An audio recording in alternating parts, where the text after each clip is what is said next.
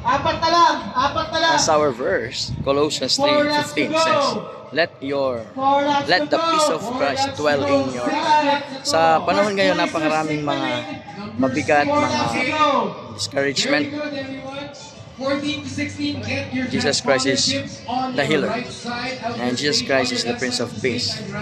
Now, if we are His follower, let's maintain peace in our heart.